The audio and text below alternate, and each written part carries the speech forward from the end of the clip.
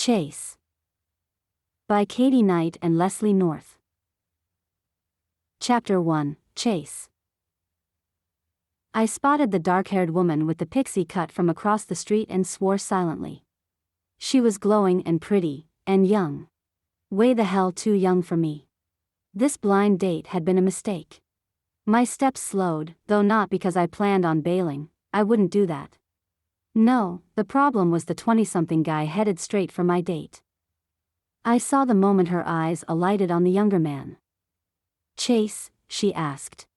An expectant smile curved her lips. The man paused, then shot her a cocky grin. "Baby, I can be anyone you want me to be." Her smile faded around the edges. "What?" I closed the distance between us and consciously relaxed my clenched fists. 10 years ago, I might have used the guy's shitty pickup line as an excuse to pound him into the sidewalk. That wasn't who I was anymore. Sorting out the misunderstanding was more my speed now. "I'm Chase," I said, stopping in front of the woman, which put me shoulder to shoulder with the interloper. "Sure you are." 20-something smirked. "Maybe that's my name, too." A pounding was starting to look like a first-rate option. "Your last name?" the woman asked, her gaze flitting between me and the other man. "Baker," I responded. "You must be Gabby." Gabby King, according to my cousin, who had set up this date. I glanced at the man beside me. "Time for you to leave, buddy." There was a moment where I wasn't sure the man would clear out peaceably, but then he huffed and walked off, throwing Gabby a leer as he went. "Thank you, but," she sat back, her eyes slightly narrowed as she focused on my face. "I could have handled that." "Why should you have to, if I was here?" I smiled. "Don't worry about it." She returned my smile, but I noticed some hesitation there. What caused that? Maybe I should start over with first date pleasantries, I decided, because Ashley had definitely been right on one point. Gabby was my type, physically. She was petite, with eyes that were dark and warm, like chocolate. Her short hair emphasized her high cheekbones and cute nose. Ashley had just failed to mention how young Gabby was. I cleared my throat. "It's nice to meet you." She only nodded in response to that. "Maybe we could just grab drinks next door," she suggested, gesturing to the neon-encrusted front of the nearby bar. As she did, a delicate trail of perfume reached my nose. Vanilla, caramel, and something else I couldn't quite decipher. Less stuffy than this place. Less stuffy, but the kind of place where it was one drink and a brush off. Yeah, well, I wasn't sure this date was going anywhere either, but Ashley would be pissed if I didn't even try. Besides, the Burgundy Room might be a bit formal, but they made a damn good pasta primavera, and I was starving. "I'd rather keep our reservations, if you don't mind," I said. "Having a meal together gives us more of an opportunity to get to know one another, don't you think?" Gabby kept her smile on, but I could see the hesitation piling on the corner of her lips. Was it something I'd said? I cleared my throat and made an effort to look away. She had a full mouth and, even if her smile wasn't in full bloom, her lips still looked too damn kissable. "Sure," she said, readjusting the purse strap on her shoulder. "That's fine. Let's eat." Once we'd been seated, I noticed Gabby looking around. Maybe she appreciated the atmosphere after all. But her smile seemed pasted on when she looked up from the menu to focus on me. "Ashley said you work in security," she said. Conversation. That was a good sign. "That's right," I said. "I work for my dad. Actually, you may know one of our security guards. Oscar? He's stationed at the newspaper office at night." Her smile turned genuine instantly. It was quite the sight too. "We all love Oscar, he's such a sweetheart. I'll bet it's a lot of fun to work for your dad's company." I snorted before I could stop myself. "Not really." Gabby breathed out an "oh," and then an awkward silence stretched between us. I knew she was waiting for me to say something, explain what I'd meant, or maybe ask her a question about herself. That would be the polite thing to do, but the comment about working for my dad had thrown me off. Our waiter appeared just then, and I silently sent thanks to the universe. Could you bring us a bottle of this Cabernet, please, I said, pointing to the wine list, and an order of the calamari and one of bruschetta. Excellent, sir, the waiter said, then left. I turned back to Gabby. She was staring at me, the color high on those gorgeous cheekbones. Sure, Ashley had failed to mention Gabby's age, but she hadn't lied about how beautiful she was. That polite, pasted-on smile had returned, but it did little to dim her beauty. Did you want something different? I asked. Gabby closed her menu with very precise movements before speaking. No, it's all right. It didn't sound like it. Fuck that up, I thought. Their bruschetta is some of the best I've ever tried. I'm sure it is. But her tone told me that even if she loved the appetizer with all her heart, she had little interest in eating it with me. Silence fell between us again, and I contemplated faking a work call just to have an excuse to end things early. But, damn it, I was hungry, and I was going to see this through, maybe even get Gabby to smile at me for real. That would at least give me something to take away from the evening.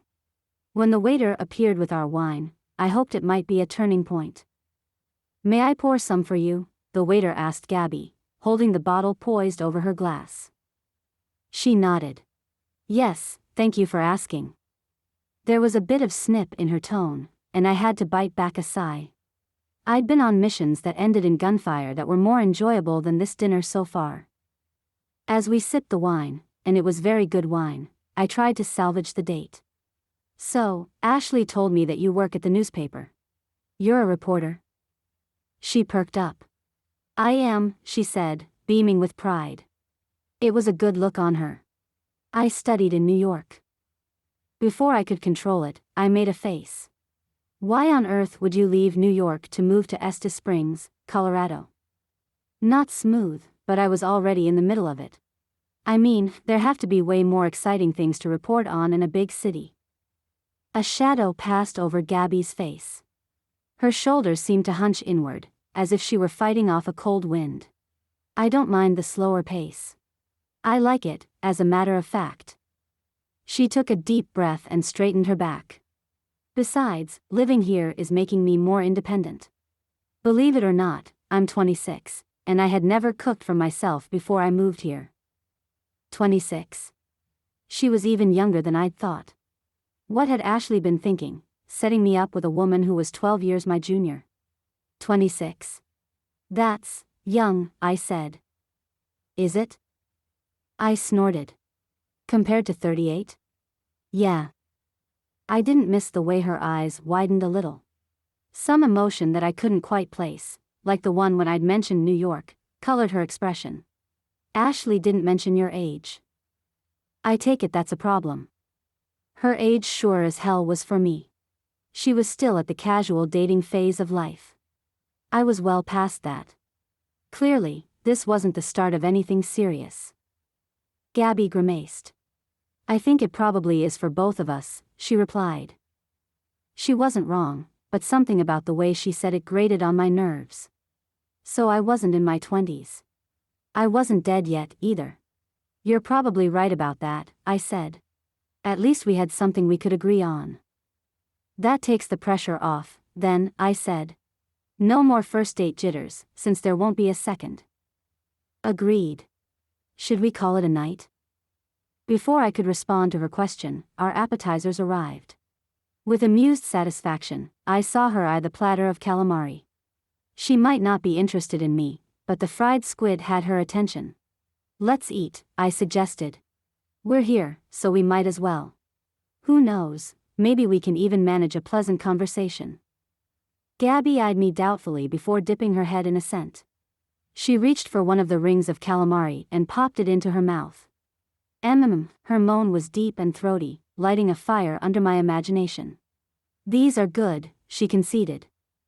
I tried not to look smug, or turned on. I was both. Not that she needed to know that. Told you. After that, we managed conversation, stilted and full of landmines, but conversation. Never in my life had eating dinner with a beautiful and sexy woman been such a hardship. Was this because of the age difference, or was it something else? By the time I finished my pasta primavera and we both declined dessert, I gave myself credit for genuinely trying to play nice. I also knew for a fact that we had nothing in common. We'd part after the meal and never have to see each other again. Which, if I was to be honest, was a damn shame. Gabby was too young, but, then again, she was exactly my type. "We'll split the bill," Gabby told the waiter as he cleared our plates. "Hell, no, we wouldn't. I invited you. I'll buy." I'd been raised better than to let a date pay for a shared meal. Ignoring my objection, she gave the waiter a sunny smile, the kind that I hadn't been able to get from her. "Separate checks, please," she said. The waiter glanced at me with a grimace and actually patted me on the shoulder as if to say, "That sucks, dude." At least it meant the night was almost over. "Where are you parked?" I asked once we were outside. "I'll walk you to your car." I could be that much of a gentleman. "No need to do that. I left my car at the office," she said. "It's only a few blocks away." I gritted my teeth. "You walked here?" The town wasn't an epicenter of crime, but it was well after sunset, and she'd be easy prey for a thief. "Come on, I'll drive you back." She took a step away from me. "No offense, but I just met you. I don't care if you are Ashley's cousin, I'm not getting in your car." I felt a grudging twinge of respect. "Fair enough. Can I walk with you, then?" I asked. "I wouldn't feel right sending you out into the dark on your own." Christ, I sounded like an old man. Gabby considered me for a moment, and I was almost certain she was going to find some reason to get her back up again, but then she nodded. "Okay," she said. "I'm parked in the public lot that's near the newspaper office." The night was cool, but not uncomfortably so. The Rockies loomed all around us, massive shadows in the distance. "In a month or so, there will be snow above the tree line," I said. "The weather should be a safe topic." Gabby hummed softly. "I like the snow," she said. "I never got to see much of it growing up in the city. Or, it wouldn't last, not the pretty version. Within a few hours, it would mostly be dirty slush." I hated being cold, I hated the snow. It brought tourists and skiers who thought they were more skilled than they actually were, and then there would be the constant thump-thump of search and rescue helicopters. After so many years in the SEALs, that sound always put me on edge. Our differing attitudes about the upcoming season were just another sign that we weren't compatible. The conversation died, again, but this time the silence wasn't wholly uncomfortable, which surprised me. Did she feel the same way? I peeked at her face, eyeing the cupid's bow of her lips. A hot flash of want sparked in my gut as I wondered what her mouth would taste like, but I pushed the desire down. She wasn't an option for me, and there was no point in lusting after her. Outside the newspaper office, Gabby turned to me. "I need to grab my laptop from my desk." She put her hand on the door handle. "Thank you for walking with me. Oscar should still be here, though," she said, "so you can head back to your car." I didn't trust her to ask Oscar to see her to her car in the public lot, which was another block up. "I'll wait out here," I said, enjoying how she wrinkled her forehead. "You go on and get your laptop." Gabby opened her mouth, as if to say something, and then just pursed her lips. One heartbeat later and, "You really don't need to." "That's all right," I cut in. I was already here, so a few more minutes weren't going to kill me. "I'll wait." "Right," she said, her words barely a whisper, before pushing the door open and disappearing into the office. She didn't sound too happy, but what was I to do? Our date hadn't been one for the history books, but she was my date.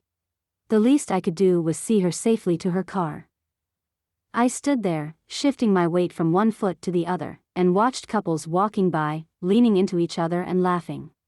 Part of me wished that the date had gone better, that Gabby and I could be together like those happy people. She was young, true, and we didn't seem to have much in common, but... My thoughts were interrupted by a sharp pop from inside the office, followed by a woman's screams. My feet were moving on instinct. I wrenched the door open and ran toward the sounds.